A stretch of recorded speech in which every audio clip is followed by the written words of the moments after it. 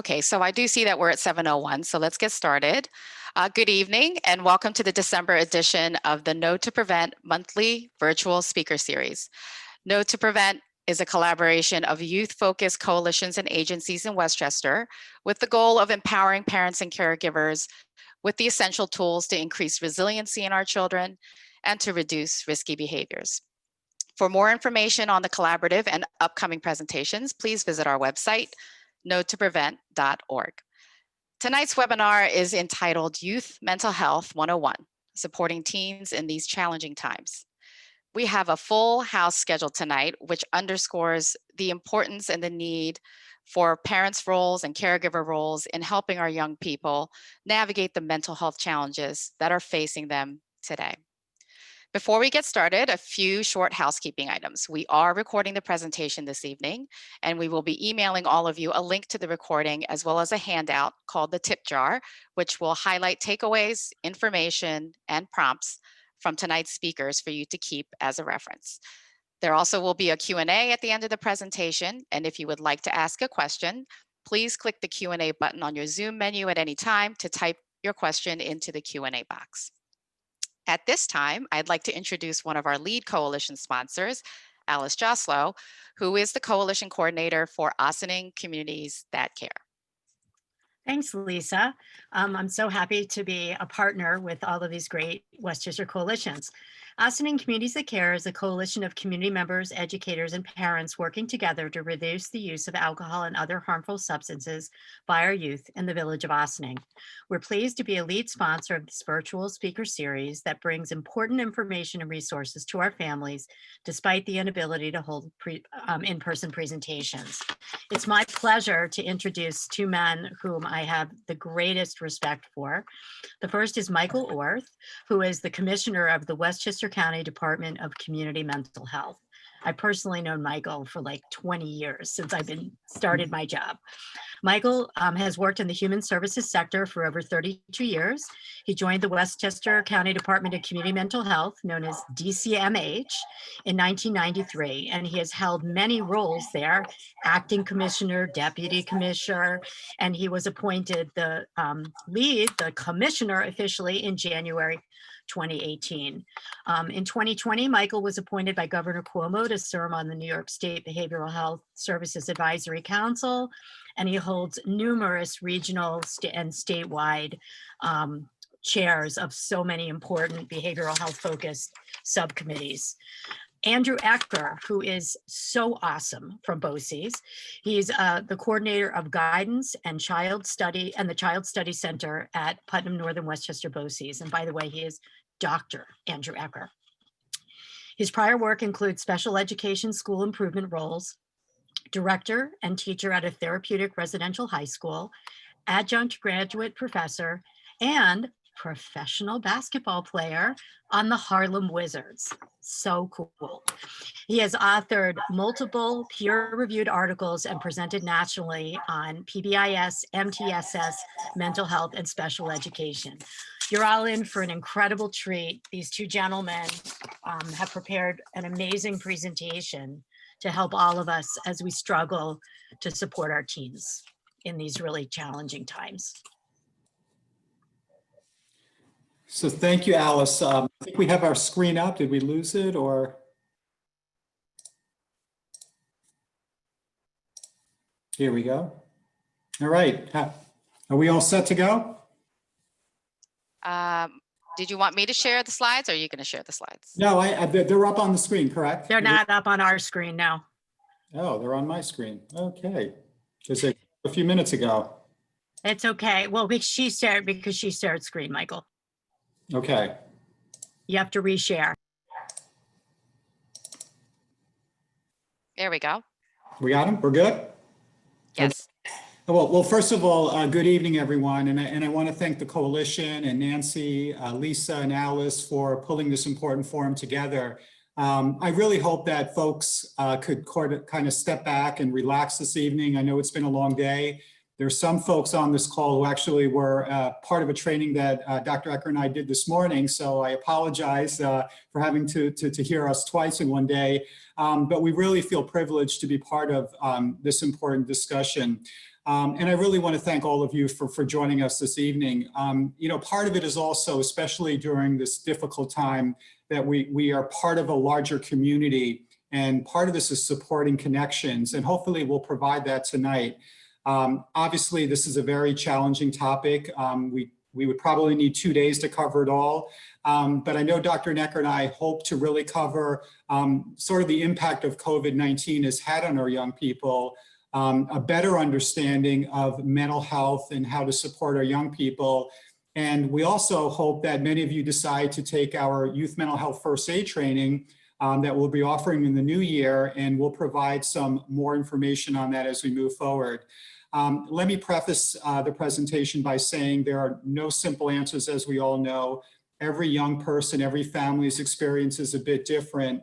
But I hope that between Dr. Ecker and I, we can sort of share our experiences, talk about some best practices and some resources that are available in the county. And I'm truly privileged to present with Dr. Ecker. He's someone who's been a great partner for many years and really working with schools, with mental health and community-based organizations. So I'm really excited to be presenting with him this evening. Dr. Ecker, did you want to say a few intro words as well? Sure, Michael. Thank you so much. And thank you all for joining tonight. I think it shows a lot that we are here together tonight, giving our time to talk about supporting our youth, particularly our teens. I appreciate all of you. I hope that you are all healthy and well. And I really appreciate our network of our support of Alice, Lisa, and everyone else who's with us. And I hope that something that I can bring, I am not a mental health practitioner or a clinician. I'm an educator by trade, and I happen to, because I work in schools and work with youth, live in the mental health world a little bit. So I hope that maybe that's a perspective that I can bring. But most of all, I just want us to focus on setting ourselves up for success with our youth, with ourselves. And yeah, thanks, Michael. Thank you. Okay, so one of the things Alice read kind of a fancy bio that I've experienced, and I guess the biggest claim to fame is I've been around for a long time. I go to a lot of meetings, so most of my knowledge is things that I've acquired or learned or stolen and borrowed from other people in Westchester, other states throughout the country. And part of that is really disseminating information and really sharing some of the best practice models that we've learned, and fortunately have incorporated them into Westchester County's children's system of care. I thought it was important to start because obviously we're going to focus a lot on the impact of COVID-19 on our young people. But when you think about mental health, and when we talk about mental health, we include substance misuse, alcohol use. It truly has been, even before COVID, a true public health crisis in our country. And one of the important things that happened in the late 90s, there was a Surgeon General by the name of David Satcher, and he was the first Surgeon General through a report to say that like other public health issues, mental health is also categorized as a public health approach. So with that, the positive benefits is that there's a blueprint for prevention, early intervention, comprehensive treatment, and use of evidence-based practices. So a lot of things that Dr. Ecker and I are going to talk about tonight are really distilled in a public health approach, that our goal is to really try to look at early intervention, looking at prevention, but also the use of evidence-based models. Now, one of the things that's telling about this graph that you have in front of you, many of the public health emergencies, all of them that are fatal, that are concerning, we've seen a decrease in fatalities, and that includes breast cancer, that includes car accidents and fatalities. And there's usually something related to them. There's either a ribbon, there's awareness, there's a whole public health approach, including funding that's attached to those situations. As you can see in mental health, in completed suicides and alcohol and substance misuse, the numbers are unfortunately going up. And that's obviously a public health concern. And they've gone up even more since COVID-19 for both young people and for adults. But what we think about is, why as a society haven't we made progress in these areas? Is it stigma? Is it shame? Is it a lack of resources? These are all the issues that we clearly have to look at. And I think having conversations like this, having an understanding of what mental health truly is and substance misuse will help us to move forward. But again, I think it's important that even before COVID, we've been struggling as a country in terms of these public health issues. And that includes Westchester County. We're definitely not immune to mental health and substance misuse issues. And this is something I'd like to share, that prior to County Executive Latimer taking office in 2018, he issued a survey for Westchester residents on what are the health priorities for Westchester County residents. What are the things that we're most concerned about that we need to really address? And the number one issue by 68% was mental health, depression, and suicide. And the second highest was, as you can see, is drugs and alcohol. So what does that say? That says that our residents understand that this is a major issue, that our young people, our residents are struggling. But it's interesting that you never hear too much about it in the headline news, or, you know, we usually hear about the airport or Rye Playland or about potholes or other important things. We don't often have these discussions about mental health, substance misuse, or suicide. It's interesting, when the county executive took office, he did these coffee and conversations throughout Westchester County, and they were very well attended. Board of Legislators were part of them. I would go to them, sit in the back and just listen, and we'd have about 50, 100, 150 residents attend some of these sessions. Not once was there any mention made about the opiate epidemic or people struggling with mental health or suicide. I remember it was the second or third session when there was a young man, actually a sophomore from Rhinebeck High School, got up and asked a question about what are we doing to address mental health? What's the county's response in substance misuse? And as soon as this young man started the conversation, you couldn't stop the audience. So I think that's an important issue, that young people tend to be more comfortable with this topic. They have the language, but it's often the adults who are not as comfortable, who don't have the vocabulary to initiate these conversations. So again, one of our goals this evening and with the mental health first aid training is really to have us all comfortable to talk about mental health, to model some of the vocabulary and open the door in supporting young people. We wanted to start also by talking about some of the data and why the mental health first aid training is so important. And you know, Dr. Ecker and I can talk a little bit more about some of the data, but clearly it's quite prevalent in our county, in our country. 1 in 5 between the ages of 13 and 18 have a mental health diagnosis with severe impact. Depression, 5% of children and 8% of adolescents struggle with depression. As many of us know, anxiety disorder is the most common, where 1 in 8 youth between the ages of 9 and 17 struggle with anxiety, and it comes in different forms and shapes, and we'll talk a little bit more about signs and symptom later, but clearly it's impacting our young people. Attention deficit disorder, approximately 5% of young people between the ages of 9 and 17 struggle with this issue. And we also want to talk about eating disorders because there's a comorbidity and correlation with eating disorders, and over 3 to 4% of adolescents also struggle with eating disorder. One of the important things to recognize is that 50% of all lifetime disorders begin by the age of 14 and 75% by the age of 24. So what's important about that statistic is that if we really look at early intervention, target evidence-based practices, and get young people the services that they need, there is a good chance for being able to address these mental health issues. So it's so important, just like any other health issue, that we support our young people and not only get them into services, but getting them into evidence-based services that really show good outcomes. When we look at some of the data also about young people needing services but not accessing them, we have to look at the issue as a society in terms of access. Is it because of stigma? Is it because of shame? Is it because of lack of information from families, providers? Or is it also insurance issue? These are all really strong contributing factors why our young people are not accessing services. The other thing that we really talk a lot about in Westchester County that really is so important is the number of young people who have co-occurring disorders. And by that, I mean people with mental health issues who maybe self-medicate or struggle with substance misuse. Really there's a correlation, and with that often comes other complex issues, including trauma. I know Stephanie Marquezano from the Harris Project and many other have led Westchester's efforts and now really going statewide and nationally to really address co-occurring disorder, but also what's exciting, looking at prevention. There's so much young people can do peer-to-peer support, and if young people have the education, hopefully they'll make better decisions as well.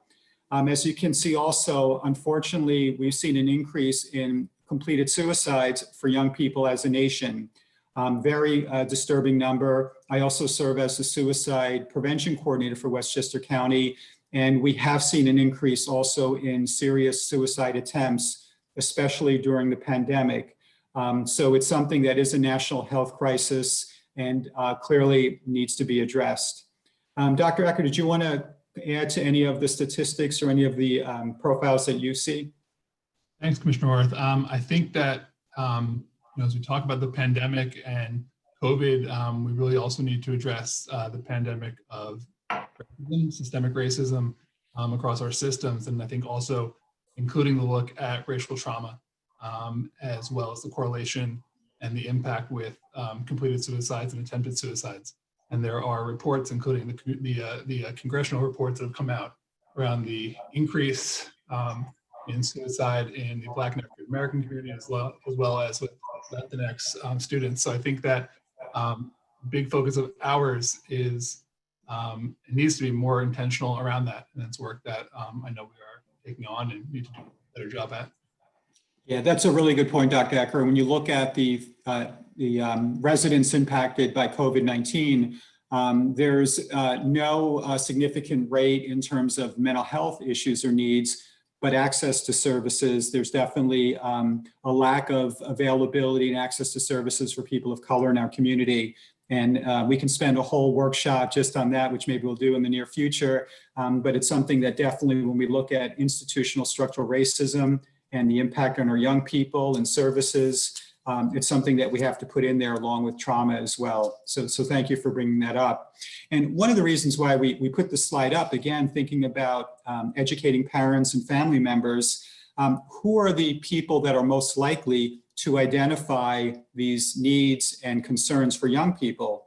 Well, it's typically parents, friends, teachers, coaches, and of course, pediatricians. So if we could really tool and provide the ability to detect some of these issues, we're better off getting young people into treatment. So again, one of our goals is to really provide the information so young people can be connected to services sooner. This is, for me, perhaps the most important slide that I really want to emphasize. And as we start talking about the impact of COVID-19, we really look at what's called the ripple effect.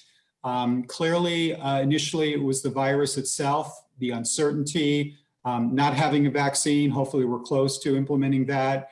The health issues and the death that was caused by COVID-19. So that was the immediate concern and the first ripple within this pandemic. Shortly after, we have the secondary or intermediate impact, which included food, housing insecurities. We've seen an impact on the financial employment opportunities, the experience of being isolated, not having social connections, the impact of remote schooling, and also, of course, childcare challenges. And finally, we're starting to talk more about the triple effect, the impact that all these different social, emotional issues have had on our mental health, including anxiety, depression, irritability, aggression, increase in alcohol misuse, self-medicating, and of course, self-injurious behaviors. So I think all of us probably have gone through some of those experiences, whether we've lost a loved one or whether we've been forced to social distance and isolate. Everyone has been impacted in one way or another by this ripple effect. And the reason this slide is so critical in supporting everyone is one of the three pillars of trauma-informed care. And this is something that someone in my department, Dr. Andrew Bell, often talks about as a priority, is one of our goals is really to help promote a sense of connectedness, a sense of safety, and the ability to self-regulate. This is not getting too clinical. This isn't about diagnosis. This isn't about them or us. This is really about these three pillars that we're all striving to achieve during this difficult period of COVID-19. And what's important is that we all prioritize and we all have the ability of promoting these three tenets within our work. So if you're a parent, if you're a school, if you're a coach, if you're a therapist, what we're trying to achieve now is helping young people stay connected, helping them feel safe in a very difficult time where they're often isolated and not with their peers, and finding different ways to help them self-regulate. And we'll go over a couple of those ways that young people can self-regulate. One of the important reports that just came out not too long ago by the United Hospital System was the long-term traumatic impact that COVID-19 will have on our young population, but also in terms of the impact of remote learning, the impact of future employment, the impact of trauma. Westchester alone, there were 230 young people who lost a parent or guardian due to COVID-19. So when you think about the loss, when you think about the financial impact, this is clearly going to have a ripple effect. But everything that Dr. Ecker and I will be talking about really connects to a sense of connectedness, safety, and helping us to self-regulate. Dr. Ecker, did you want to add to any of that? Yeah, I just want to add that I think speaking to these three pieces on the school side, if you are involved with your school, you hear things about social emotional learning and social emotional wellness or positive behavioral supports and interventions. These are the three things. So I really appreciate Dr. Bell and the work around these three pillars, because I see this as building on our strengths as well. We can stay connected. We can stay as safe as possible. We can ensure that we can self-regulate. So I think this is so helpful in that we can speak the same language. We can find ways to do these things, and they are pillars that we can act into. They are things that we do already. They are things that we can leverage. And I think that they're things that we can speak to, whether we are in our home, if we are in our school, or if we are in our communities. So I think that as a county, there are things that we can all work towards together, and that we do. Thank you. And we'll get back to some of these key tenets as we move forward in the forum. This is what we consider our supports and services, sort of looking at not only traditional therapy, which obviously is important, and at times medication, but when you look at trying to achieve safety, connectedness, and self-regulation, these are the various things that we can do to practice them. So I really want everyone to take a look and really think about, for if you have a child or a young person, or even think about yourself. And I always like to use an exercise to make it real, to make it concrete for all of us. It's something that we call the social atom exercise. And if you can all just take a minute and think about a period in your life, and it could be COVID, where you experienced a real crisis or faced with a challenge or a hardship. It could be a health issue. It could be the loss of a loved one. It could be divorce. It could be anything. And think about what got you through that difficult period. Who were the people that were there for you? What resilience or what attributes did you tap into to get you through those difficult moments? And when you think about it, often the supports, they can be professional people. It could be a therapist. It could be some professional person, but it can also be some informal supports. It could be a faith-based, a spiritual leader. It could be a coach or mentor. So as we're going through COVID and we think about helping young people connect, helping them feel safe, helping them self-regulate, we want to look at all those people who are part of their social network. And especially in the absence of seeing each other face to face, how do we maintain some of those connections? And when you think about your own social atom and how you were able to get through it, some of us rely on mindfulness, others on running or yoga or other athletics. These are all things that get us through difficult times. And part of it is using some of those resiliency factors. And Dr. Ecker and I also included, as you can see, some very basic tenets that we really need to look at and make sure that we're practicing them in terms of sleep, nutrition, exercise, getting fresh air, hygiene, and having some sense of normalcy and keeping our normal routines as well during COVID-19.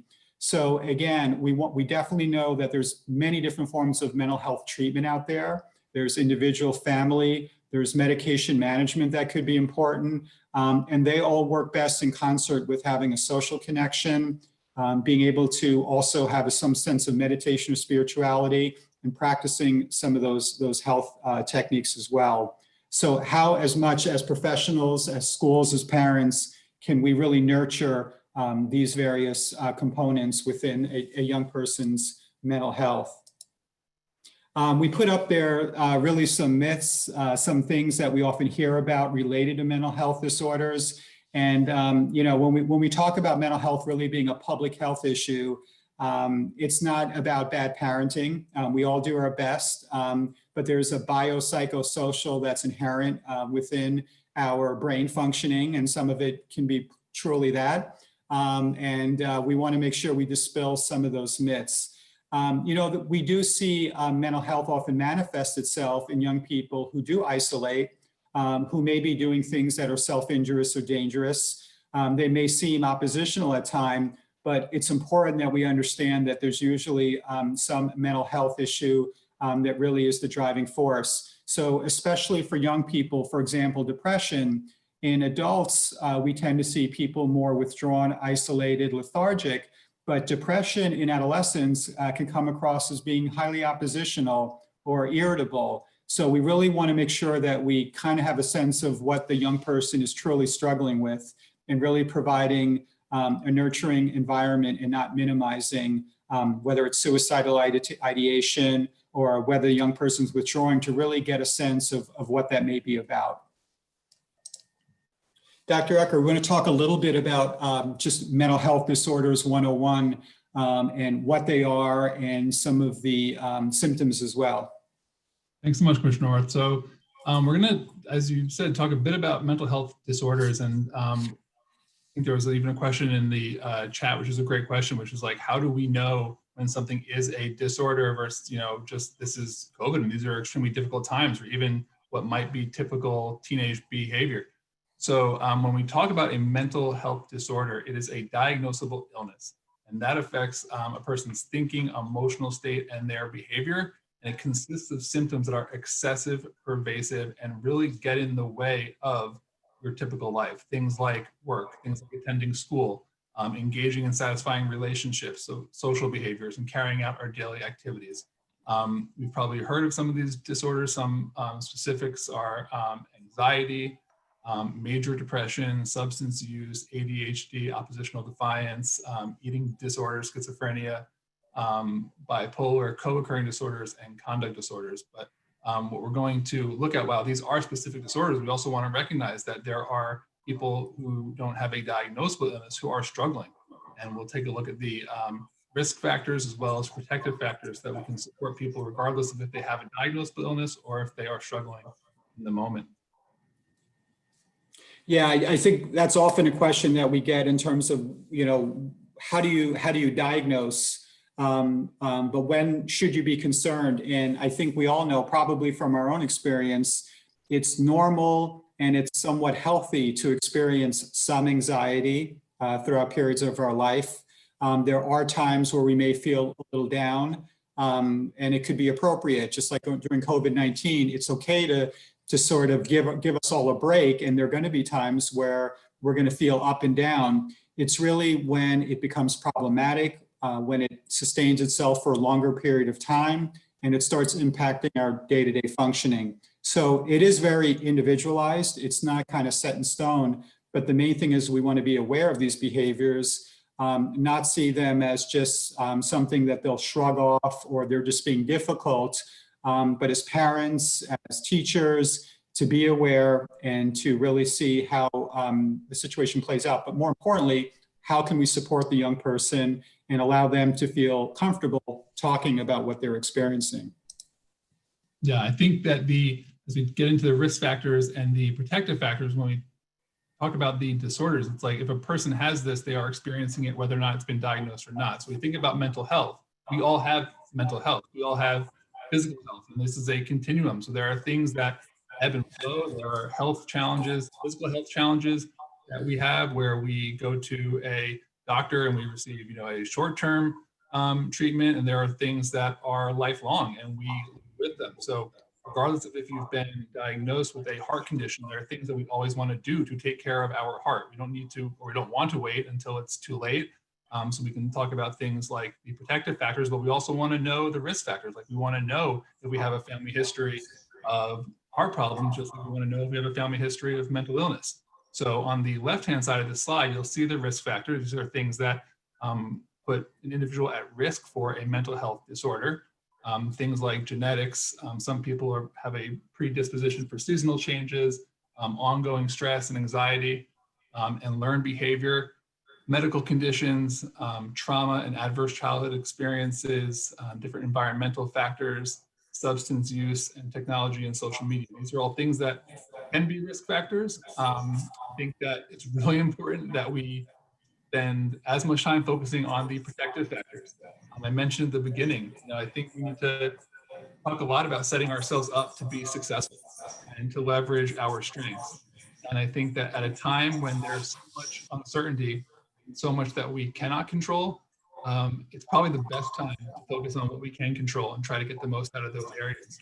So in the protective factors, if we take a look down this list on the right-hand side, maybe we can find for ourselves, what are things that are really strong for us personally? Or what are things that are strong for us as a family value in our own home? What are some healthy practices that maybe you and your family like to do together? Things around spirituality, connectedness, constructive recreational activities. Are there social supports or family members who you are close with? One of the most important things for kids that we want is for them to be able to say that I feel close to one adult, that I have a trusting adult that I know I can identify them, I can go to them if I'm ever struggling. And that's something that we want for every young person.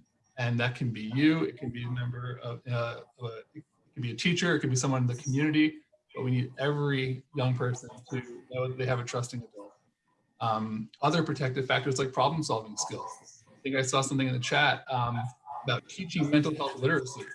And I think one of the ways that we teach mental health literacy is to teach problem solving skills. These are the skills that help us to self-regulate. These are the skills that help us to identify, oh yeah, this is a time of the year where I might typically struggle. A child might have had a family member who died around the holidays. So maybe they learn for themselves, what are things that help me to cope? What are things that I can do and that I can utilize so that on the upcoming holiday season, I know that I can go back to using these skills. Other things like regular school attendance, and again, seeing school as a place that is welcoming and supportive. Our teachers and our school clinicians and administrators and all school staff who are on this are doing such incredible things and are doing so much to stay connected to all the kids, no matter if they're in person, hybrid, remote, and doing such an amazing job to ensure connectedness with our young, and also just communicating effectively. Again, this is an example of mental health literacy, is being able to communicate your emotions, to be able to say, I'm really stressed right now, or I'm really scared, or I'm sad. Being able to express these things helps us to talk about them early on before they become a challenge after we've kept them bottled up. So different signs and symptoms that we might see, there's different examples of cognitive things, physical, emotional, mental and social, and I want to focus on a couple of them in the behavioral and the social area. I'm not going to go through each of these, and we will share these slides so that you can have access to them. But if we're talking about our youth and our children, what are some things that we might see? So I think that on the behavioral side, that's a little easier because that's something that we can see. You can see someone laughing, you can see someone crying. It's a lot tougher to see an internal challenge that someone has. But on the behavioral side, how does someone look? How are they presenting? Are there changes in energy levels? Are they, self-harming? Do you notice things that are different? So I think on the behavioral side, we want to look for, you know, your kids best. So what are the look fors that you might notice in terms of changing? And then on the social side, again, are there changing there? Are they withdrawing from something? Is there avoidance, dropping schoolwork? I think that this fall and going back to last spring, it's such a difficult time with COVID and all the changes there that I think it's really important to ask ourselves why. Like if we see that our child is doing something and that our student is doing something, being able to ask ourselves why and think about the thought of it. Try to ask them. You know, kids know a lot more than I think we give them credit for. So if we are concerned about something, it's okay to let them know. It also shows that you are a caring adult and that you care about their well-being. So if you notice something, absolutely say something, talk to them, let them know you care about them, ask them if they're okay, and let them know that you are there for them. Andrew, I'm so sorry to interrupt. We're getting a couple of comments that there's a little bit of feedback in the background. I'm not sure if you're signed in on 2 devices, but it's making it hard for people to hear. Sorry, there's not a TV. There might be a siren outside. Oh, it might not be him. Go ahead, Andrew.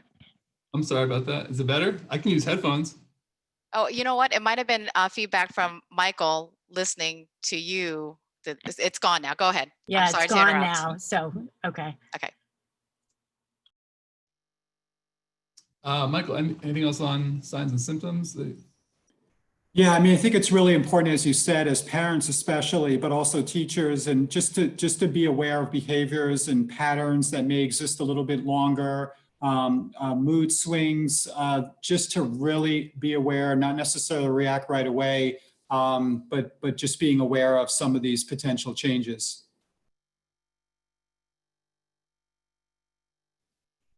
Yeah, so this really gets us to this next step of, so what are some things that we can do now? And I think it's difficult. I don't want to minimize how difficult these conversations can be, especially as parents or people who, you know, this is something that's very new and it can be scary territory. But I think the best advice that we have is to be honest and to be accurate. And a colleague, Dr. Anthony Poliafico, from this morning, we were in a training, and he said, you know, we need to be okay with good enough for right now. And chances are, I think your good enough is probably better than you think it is. And I think that that's okay. So in terms of talking about COVID, being honest, being accurate. And again, when we talk with kids, ask them what they know already. Ask them what they think. How are they feeling about something? And we can explain, you know, simple, healthy steps and different safety steps. We can encourage sharing thoughts. We can encourage sharing feelings and asking questions. These are not things that we need to have mental health backgrounds in. We can all express how we feel. Again, it can be difficult at times, but those are conversations that are hopefully more accessible for us all. One thing that I think is important is that we want to correct any misinformation. I think we want to be careful about how we do it, because we don't want to turn someone off from coming to us in the future, or seeing or feeling like they were made to feel like they made a mistake. But we want to make sure that if they have a misconception, that we do give them the correct information, and we want to answer questions truthfully. You know your kids best, and you know what works for them. You know what's appropriate for them in terms of their age and in terms of their developmental state. So trust yourself, trust that you know your kids and that they trust you. And the way that you speak to them, the behaviors that you have and that you model, if the words are difficult, I think that by modeling behaviors, that can go just as far. So if they see that you feel safe and that you trust them, I think that can support trust going forward. Yeah, one of my colleagues, Tori Shaw, in our department often says, if you can name it, you can tame it. So if you can name and identify the feeling, the emotion, you have a better chance of kind of addressing what the issues are and providing support around it. I once did a talk show a couple of months ago with someone related to COVID-19, and one of the panelists was saying, look at the opportunity this time Now that things are shut down, you can learn 4 languages. You can clean up your whole house and accomplish so much. And I kind of looked at him and said, you know, for some people, just getting up each day is quite a task. So as Dr. Ecker said, give yourself a break, give our young people a break, encourage them to do what they can do. Obviously, we have to be productive in many areas, but really help them identify what they're feeling, what they're experiencing, and try to tame it by supporting them through routines and just keeping some of those connections that are so critical. You know, I often hear from parents also who may have a child who has a developmental intellectual disability or is on the spectrum. And it's so important also for young people who have a developmental disability and who often may not understand the face coverings and the social distancing being a challenge, to really make sure we're checking in with those young people as well, help them understand what the experiences are, keeping a routine as well, and scheduling, and of course, modeling. For many young people, especially on the autism spectrum, it's been a really challenging time, and for the parents as well. So I think it's important to acknowledge that, to try to find as much routine as possible. But it has been a real difficult challenge, and for many of the parents, they're doing the best coping during this difficult time.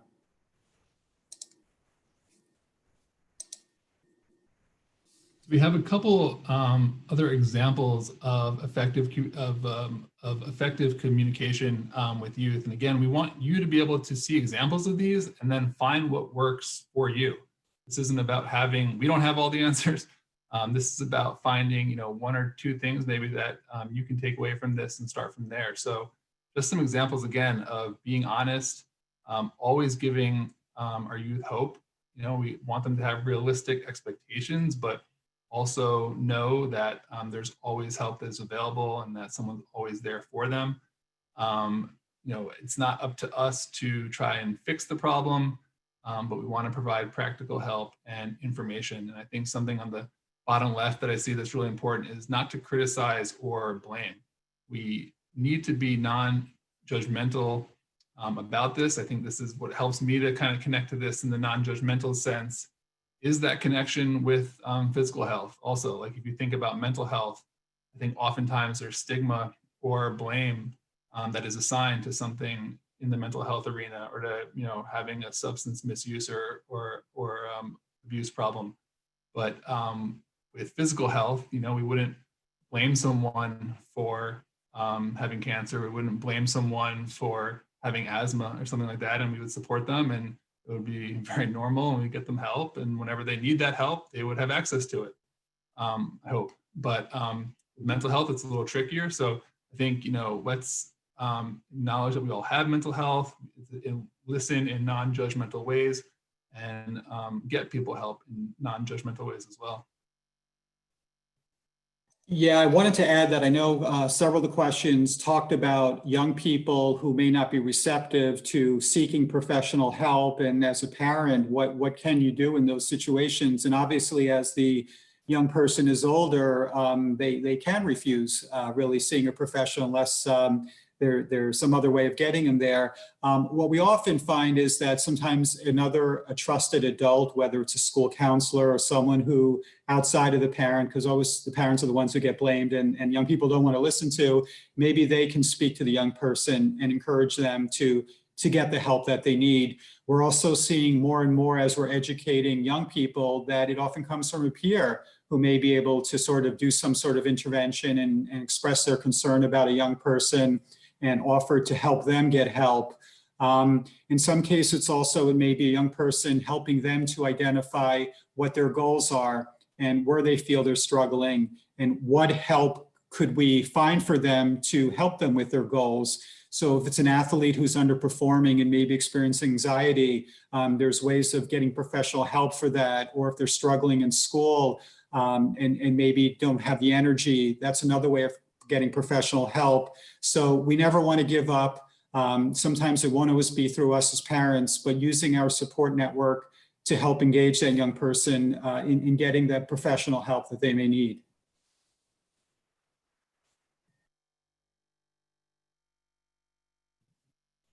So again, taking a look at some helpful things that we can say.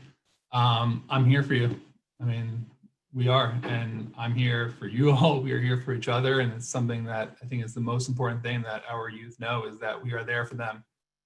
That they know that we are concerned about them. You know, if we are, I think one of the things that is actually discussed in youth mental health first aid is you know, how to ask someone, you know, are you okay? And I think one of the fears that we have is that we might be concerned about, well, if we ask someone and they're thinking about something, you know, is that going to make it worse? And it's not. It is good always to ask. It's always good to reach out and help a young person. Again, it's not up to you to have the answers or to diagnose anyone or to be the deliverer of a treatment. It is up to you to say that I'm here for you, to let a child or a young person know that you are worried about them and that together we can work to fight this. Again, I think you can say things like, I've noticed that, or it seems like, you know, it shows that you care about them. It shows that you have known them for a while and that, you know, maybe things aren't going well. And best case scenario, maybe it's just an off day or something. And now it just shows that young person that you do care about them and that they can come to you in the future if something's not going right. And also it's okay, again, if there is a problem, that now we can get them the help that they need. So I think, you know, these statements are to empower us as adults to be the trusting people that our young people need. And it's to be approachable and to be trusting. Also, sorry, on the left-hand side, this is weird and different. I think that's great. This is weird and different. This time is terrible. And I think it's okay to say that. I'll say it, like, this is very weird and this is very difficult. And, you know, especially around the holidays, around different times where we have traditions. Personally, I don't think that we need to pretend that, you know, the holidays are going to be the same or that we're going to recreate something to replace how it's been in the past. It's not. I think that it's, again, okay to be honest about that and to say that while this holiday season is different, or, you know, some of the occasions that we have or the rituals that we have as a family are going to be different, you know, what are the things that are still there and that, you know, we can focus on? We can focus on being together. We can focus on being a family. We can focus on loving each other. But I absolutely think that it is important to say that it is weird. This is different. It's scary. And that there's a lot going on. Yeah, Dr. Eck, I just want to add to that because we often talk about experiencing loss and grief, especially during COVID. And that could be a loss of a loved one or a family member. But we're also dealing with some other losses, the loss of graduation, the loss of cheerleading or playing for a basketball team. Some things may seem bigger or smaller than others, but these are all losses. These are all things that we are disappointed about, and just acknowledging that, not minimizing it, and just saying, you know, it feels crappy, and I hear you, and just validating that rather than dismissing even those small losses, I think is critical in supporting young people.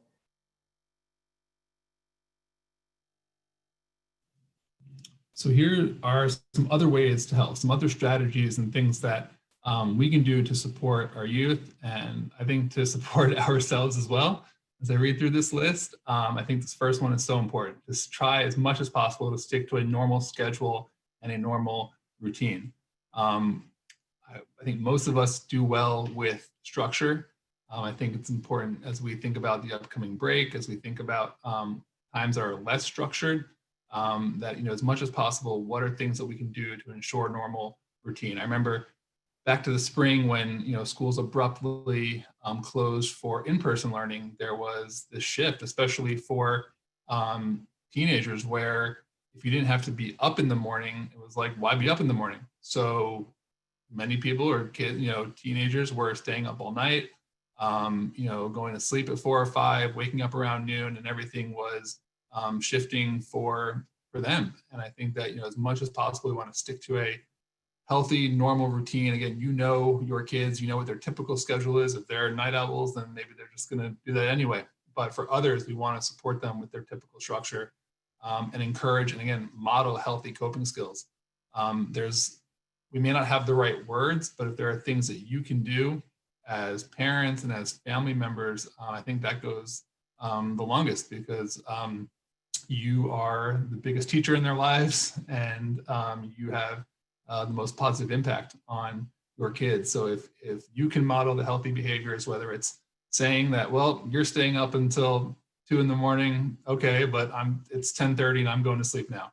Or if you can model that, after 9 o'clock, you put your phone away, and that's what we're doing, then that's okay too. It's not about making it into a battle, but it's about modeling and showing what the healthy behaviors are. As much as possible, try to make things fun. It's really tough to keep coming up with creative things to do indoors, or with limited space, knowing that many of our things are not accessible right now. But again, I think it's about having a couple things as a family that we can do together, and to say that this is something that during this time we're going to do, and it's not normal. We might not typically all draw together as a family, but this Saturday night we're going to do coloring books and watch a movie or something like that. But trying to keep things fun and novel. And just as Commissioner Orth said, to normalize and validate these thoughts and feelings. We want to empower you. We want to be empowered. We want to feel in control of our feelings, of our emotions, to self-regulate how we are doing, and be able to talk about that, and to say, again, things are tough, but here are some things that we can do to stay connected. Here are some things that we can do to self-regulate and to talk about how we're feeling.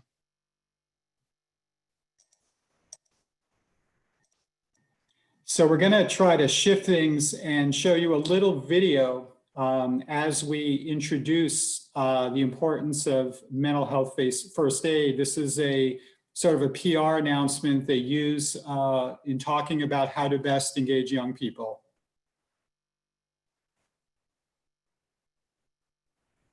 It'll be with us shortly.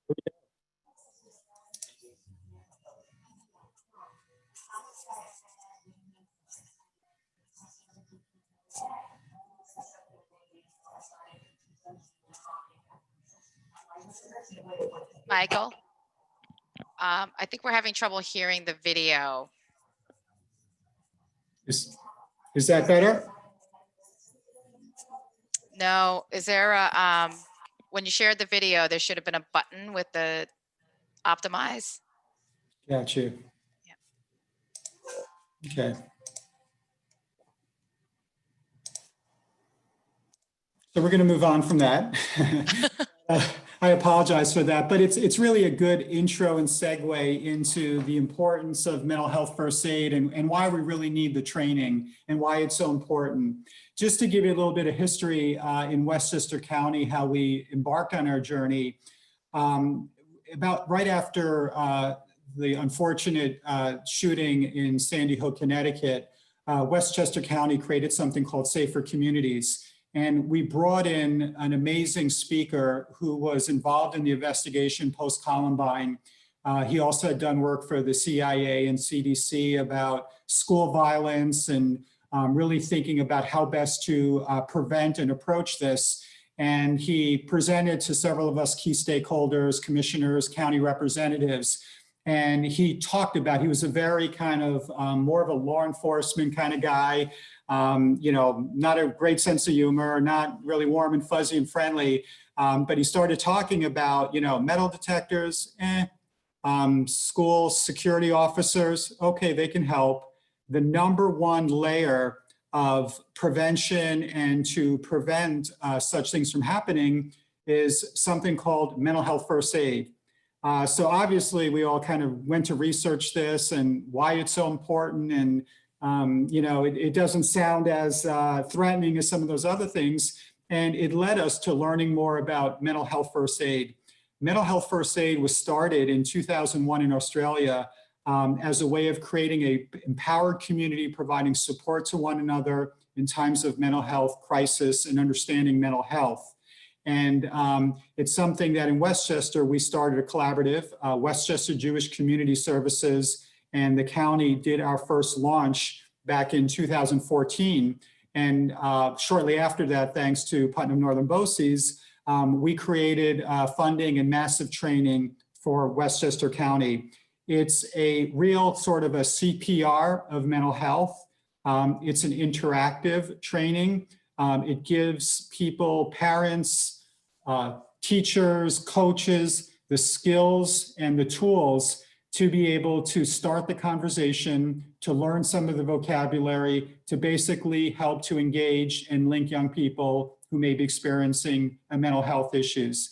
It's based on what's called a 5-step ALGE action plan. And I'm not going to share what that actually stands for because we're going to hope that you take the course.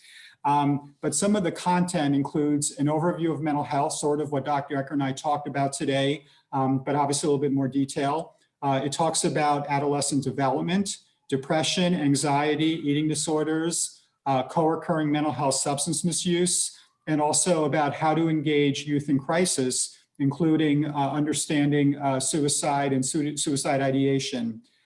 So it's really sort of a skill set that we encourage many people to take.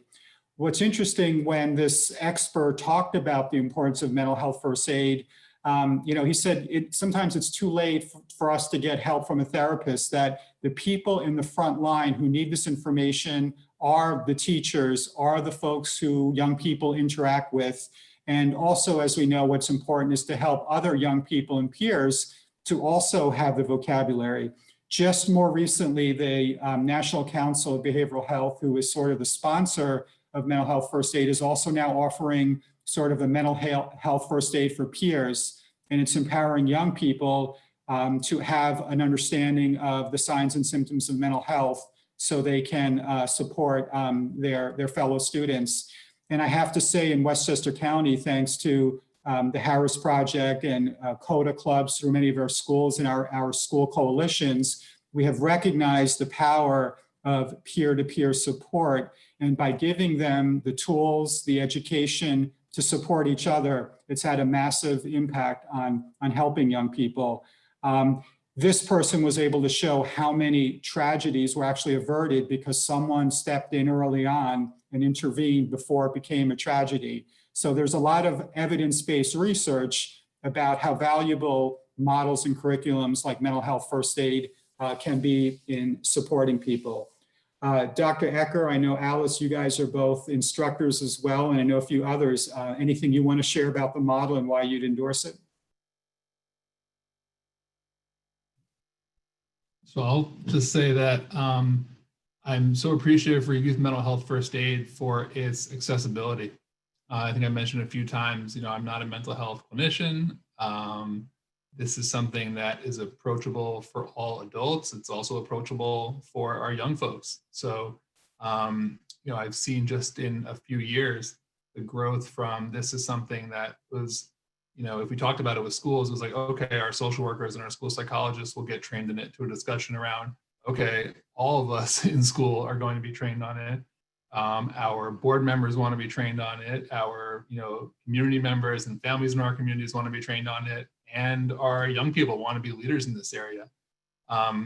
So I appreciate, again, just to bring something with that strong of an evidence base behind and make it accessible to everyone. It saves lives, and that's real. Thank you. And we've created actually a learning collaborative in Westchester, and we encourage people to join us. We have some, thanks to Alice and the coalition, we have several new instructors who come from all different walks of life who have an interest in sharing this knowledge base. As you can see, it's a 6-hour training. For many years, obviously, pre-COVID, it mostly was a face-to-face training, very interactive.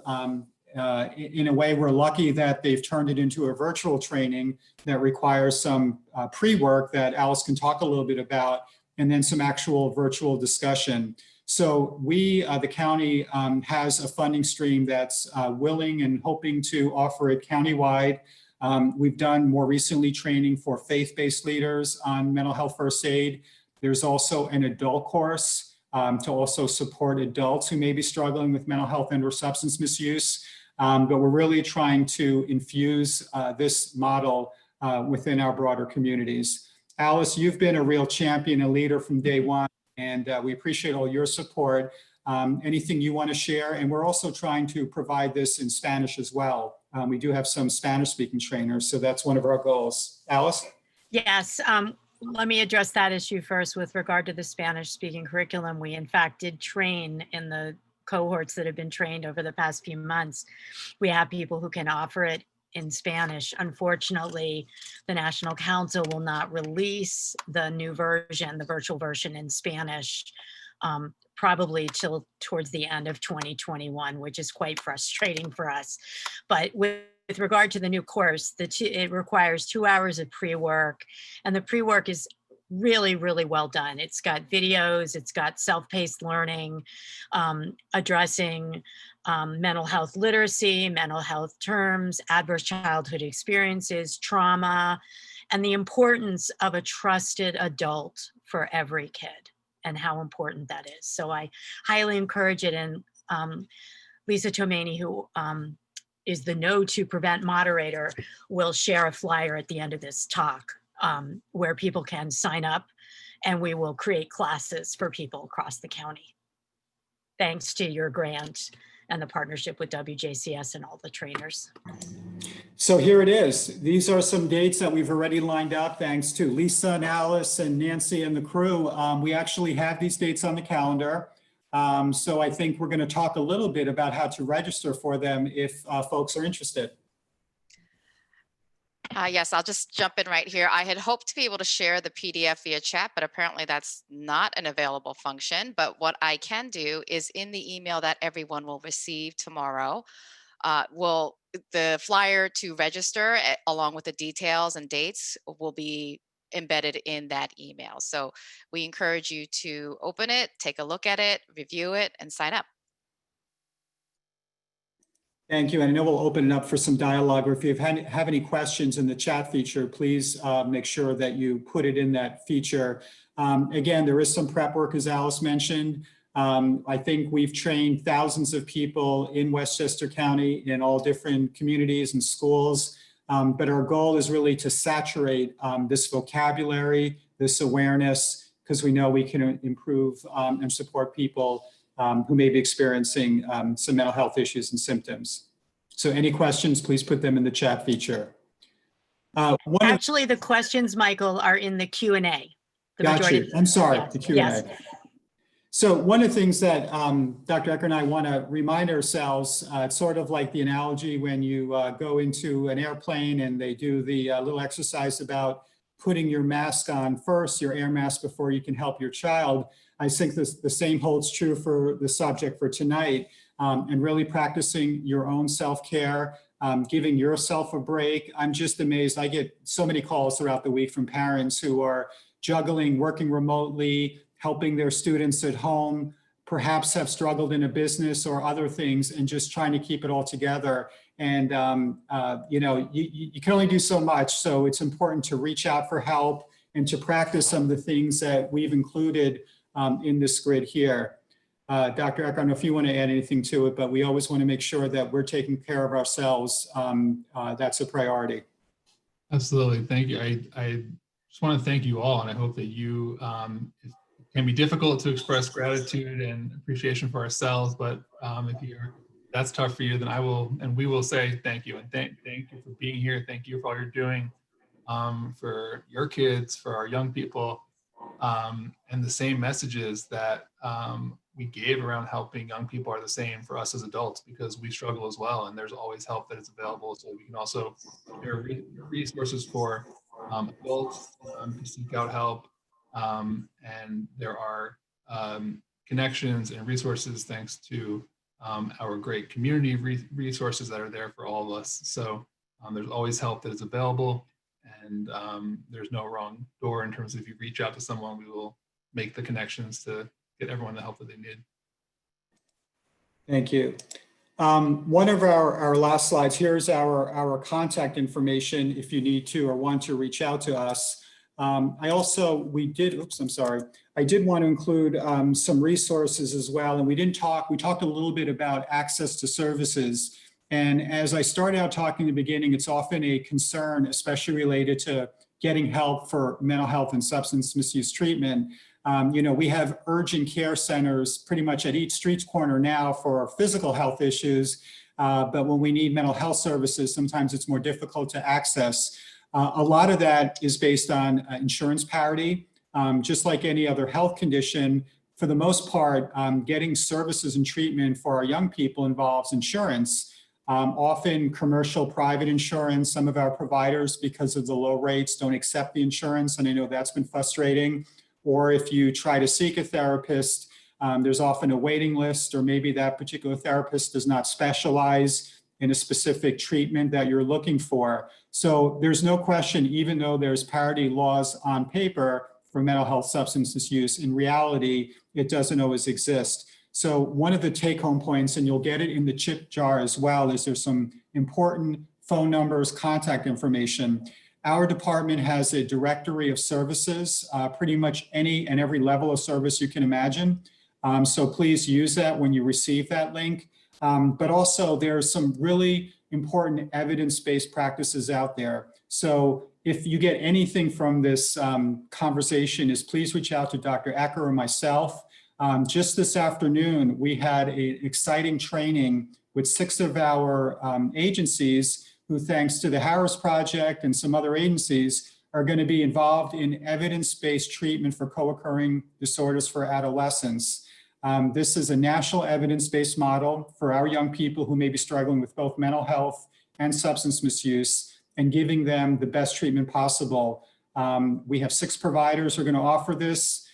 We also have providers who are doing trauma-informed treatment who specialize. So please don't feel that you're alone out there.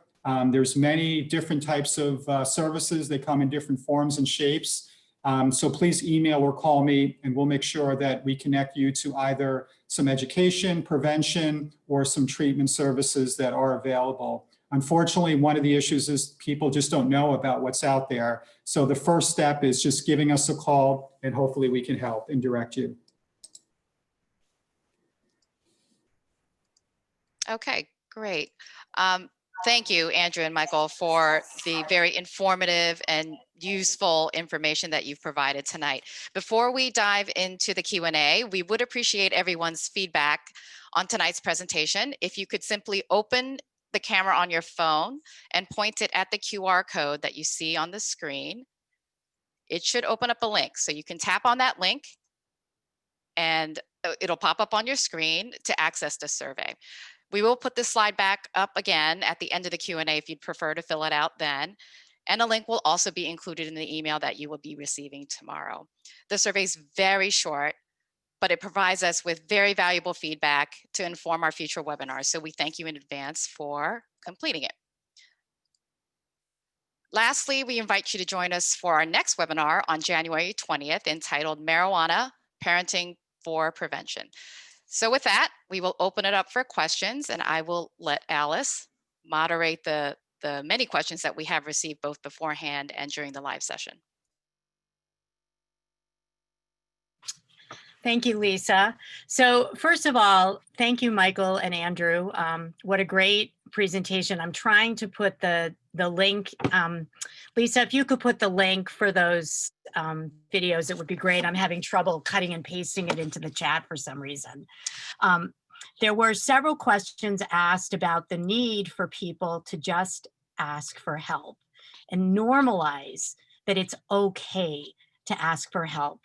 And one gentleman shared this beautiful quote from a book called The Boy, the Mole, the Fox, and the Horse. You guys are both nodding. And the gentleman shared that a little boy asked the question, "What is the bravest thing you ever said?" asked the boy. "Help," said the horse. Asking for help isn't giving up, it's refusing to give up. And that's such an important thing that we need to empower our families, our parents, and our youth to do, because asking for help is hard for all of us. Yet that's such an important message. And I know that with the Youth to Youth Club in my community, when we made a little pen that the kids gave out, one of the things was, it's okay to not be okay. Ask for help. So that's an important message that we need to normalize for kids. In addition, there are some questions related to bullying and virtual bullying, and people are saying that they're feeling that that's happening more online now, that kids are online totally. And when they've tried to get some interventions, they feel that the schools are more focused on COVID and that it's difficult to have the focus be on some of these SEL needs that kids are really, kids and families are screaming for. Alice, can we go back? I think what you said, and I thank the participant who mentioned the piece about help. Because I just want to mention something about that, which is that these are multi-dimensional pieces. So if we start with asking for help can be very difficult to do in a typical situation. The mode that might have been most accessible for us might be disrupted because of COVID. So if we are someone where, asking face-to-face would have been our quickest route to asking for help, that mode might not be available to us now because we're virtual or we're not, face-to-face. So I think that there's a few different things to think about here. One is how difficult it can be to ask for help, and that try to think about and make accessible ways in which we can get rid of some of those barriers. And I think part of that means thinking about ourselves as those who could be a source of help for someone else, and to be really intentional about checking in with folks, about checking in with our loved ones, checking in with young people, with others, just because I think, we are living in this world of the Brady Bunch boxes, and what we see is what's happening in this 2x2 inch world, but there's a lot more going on. And I think even myself, you kind of forget the normal human interactions that we have lost around just attending a meeting like this. If this had been in person at the county center or something, we would have walked in, we would have seen people coming and going, we would have gotten coffee, we would have done all these other things. But now it's we're still meeting, which is great, but there's a lot of opportunities and a lot of connections that are missed. So around asking for help, I think, again, just thinking about the fact that it is difficult to ask for help at times, the easiest way to do it might have been disrupted. So how can we ensure that there are channels available to ask for help? And if we're on the other side, then reaching out to people, to be really intentional about offering help, about checking in with people, and the same for our young people. That the most important thing is that they know that you are there for them, that they can trust you, and that if they need help, they can go to you. But part of that means modeling that and reaching out to them and telling them that proactively. It's okay to say, if you ever need something, I'm here for you, and to say that all the time.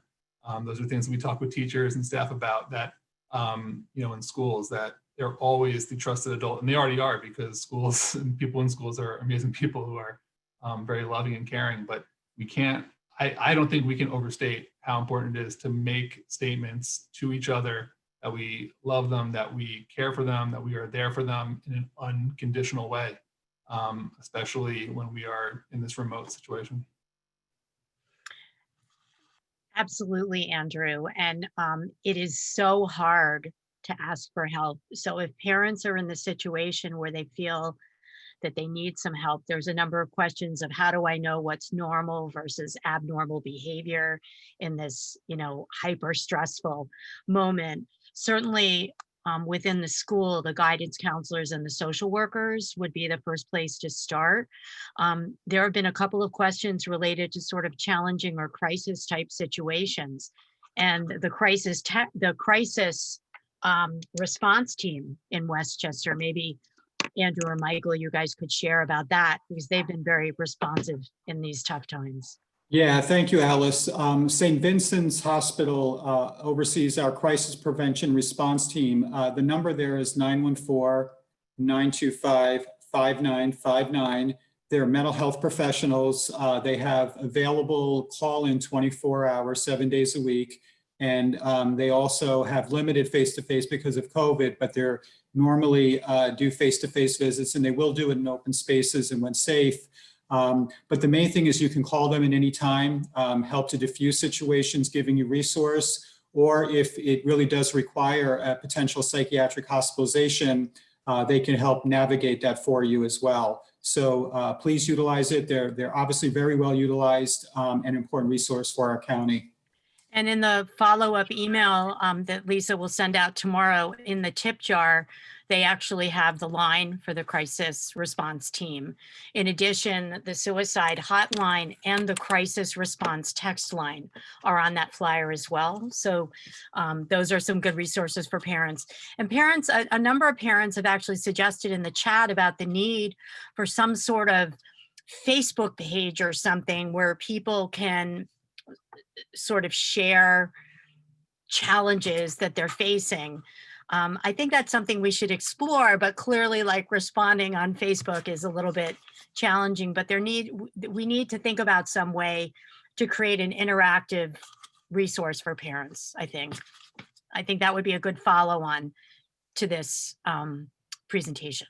That's a great point, Alice. And I just want to add that there is a peer-supported parent support network that operates, it emanates out of Westchester, out of the Youth Mental Health Project. And it's facilitated not necessarily by professionals, but with like-minded parents that are sharing their experiences, supporting each other. So we can share that in the email that we send out tomorrow as well. Right. Yeah, I also included two important programs, Family Ties of Westchester, which is throughout Westchester County, and also NAMI of Westchester, which are parents who support each other and educate each other regarding issues of children, young adults who may have some mental health issues. So it's a great way to be educated, to be connected, and very effective models that we have in Westchester. So a few people have talked about how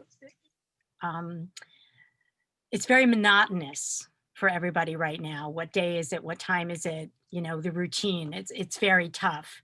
So, you know, do you have any suggestions for that, for parents to sort of spice it up a little or make some changes for their kids? Well, I think one of the things that Dr. Ecker kind of reinforced also is, as much as possible, and I know it's difficult, to try to have some routine, how to have some things to kind of plan and look forward to. But also, I think what Dr. Ecker kept reinforcing was not to minimize how difficult it is, and to validate and talk about it and label some of those feelings. But what I have found effective as much as possible, because I know it's difficult, to try to keep some norms, try to keep some routines throughout the day and throughout the week. Some parents are asking that they know that with the whole COVID situation, kids are not supposed to be socializing, and kids are feeling more and more isolated because of virtual and hybrid and whatever. But as things, despite the really serious health risks, some kids are feeling pressured to go to some of these clandestine hangouts in order to fit in socially. But in this new norm of COVID, we need to discourage that, I assume, gentlemen, right?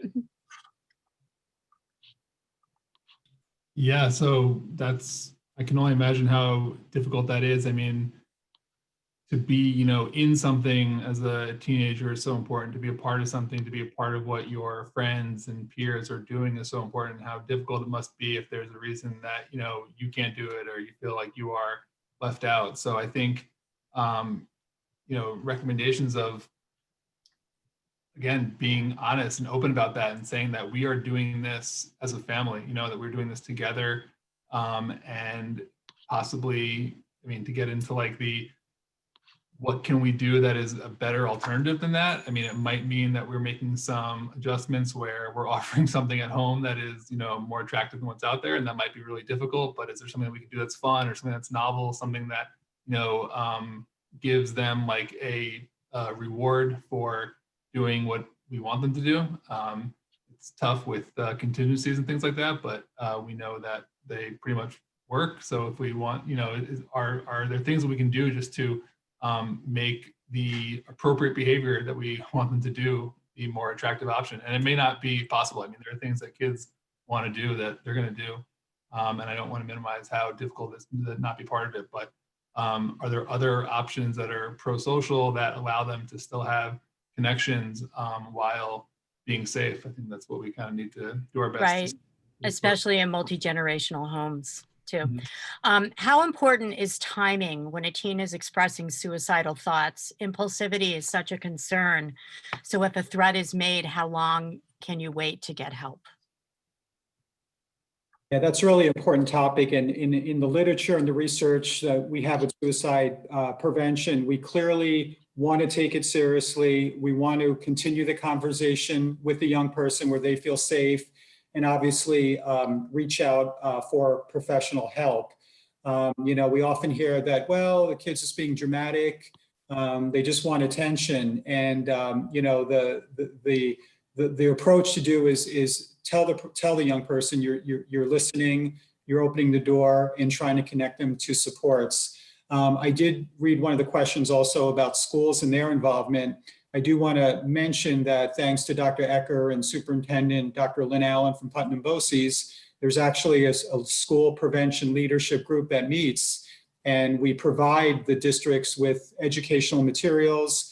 There's a curriculum specifically for suicide prevention for school districts, and we're more than happy to offer those services and to educate our school districts on suicide prevention and what they need to know to support our young people.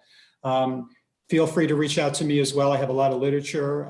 We do a lot of suicide prevention within Westchester County, and if we can provide any information, please let us know. So another question, sort of the opposite of the one of the kids who want to go out to the parties, is a lot of kids are fearful to go out now. And how do we broach that subject of how to keep them connected with their peers? Yeah, I'm one of them. Going out is really scary. And Yeah. I think that, there's a bit that might be exposure, like, is it becoming a problem? I mean, this is a public health crisis and it's a pandemic. So I think, we need to be doing what is safe. However, of course, we don't want that to interfere or get in the way of social development and things like that. So hopefully, we can find ways to interact and maintain, if not enhance, social interactions through other formats.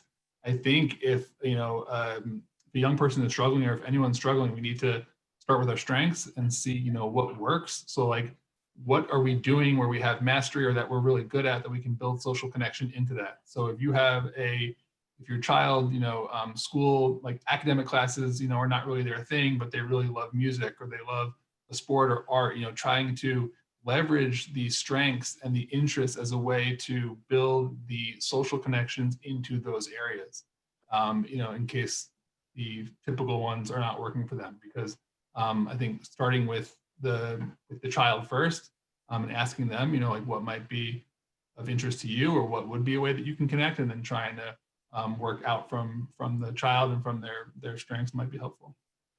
I just add to that also, one of the areas that hopefully we're going to be working on, and it's already a lot of work put into it, is the whole reentry back to school, reentry back to work, reentry back to communities. So looking at the traumatic impact on being isolated, some of the fears and anxiety that we'll be experiencing, and how to help schools and other entities within our communities appropriately address that transition. So there's a whole body of work that's being done related to that as well. And I know Marcella had talked a little bit, one of the questions about funding, and there's so much data and statistics to show that the highest dropout rate for students or students who have emotional disabilities or in special education, when you look at life expectancy, 10 years shorter than most people, for those who experience mental health issues, the impact on physical health cost for people who struggle with mental health or substance use. For so many reasons, we need to invest in our mental health as a society. And unfortunately, there are still disparities in terms of access and funding. And I started the conversation talking about really being a public health issue. And unfortunately, the advocacy of the funding doesn't always match it. So I do encourage people to talk about it, to encourage people to advocate, and really make sure that we have the resources as families and communities that we really deserve for our young people. So again, I'm just gonna, how do you determine as a parent what's normal truculent, sort of combative, questioning authority versus a real cry for help? How does a parent balance that question? I mean, again, one of the reasons this question is so hard, because as parents, we each know our child and how unique they are and what their norms are. I think one of the things that we talked about tonight is, when do we see changes in their behavior? When does behavior become more extreme? When are we worried about risk-taking, risk and safety, when that becomes an issue? Those are the things that we really want to look for. And what may be some of the underlying issues in the change of behavior, whether it's risk-taking, whether it's using substances, could it be underlying anxiety or depression? All these questions that as parents that we want to sort of think about, and then speak to a professional or someone else perhaps in the school to help us kind of look at the changes in the behavior, but also the concerns in terms of potential risk and safety. And so much of mental health services now have gone virtual, right? How can, for people who haven't experienced that, how can we make that accessible to them? I know at the Open Door, we have, our social workers have been working virtually since March. And in fact, I think providing even more efficient, like it's a more efficient way to help our patients. How can parents figure out how to get those services and then know if those services are being effective? Yeah, I think as consumers, we want to make sure that we're reaching out to providers that we're comfortable with, that provide, a lot of times we read in a directory what services they provide, but I suggest even interviewing them or talking to them about, do they understand what co-occurring is?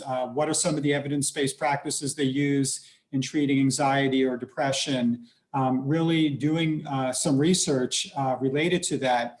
All of our agencies, through a federal relief and the governor signing off, are providing telehealth services. And our experience is that for some young people, it's been a great way of connecting. Some folks who typically wouldn't have gone to treatment or accessing that type of form of treatment. But on the flip side, we've also seen people struggle for many different reasons with the virtual. And there is a need to go back face to face once things are safe. And we've had people who have really struggled with using telehealth. But all of the agencies are providing telehealth services. So if you call any of the agencies, or if you look at our directory, which we'll be sending in the tip sheet as well, they'll give you a whole host of agencies to reach out to and what they specialize in. For LGBTQ youth, can you suggest some good resources for parents to look to in the county? Yeah, so we have some great partners, and I appreciate this question. And I'm going to blank right now, so I will share them. But GLSEN, PFLAG, Center Lane, YWCA. I mean, I'm just naming a few, but there are more, and I don't want to forget anyone. And we'll certainly share them. And this is also for our LGBTQ youth. This is a great example of the connections and how important they are. I remember back to last June during Pride, there are so many end of year events for LGBTQ youth that that they look forward to, that are so important to the connections and to the fabric of their lives, and that maintaining connections are so important. So if you're looking for those, we'll certainly connect them. They've moved virtually. There's support groups for families, for youth. There's different activities that are going on. They're still happening, and they're doing incredible work to support each other.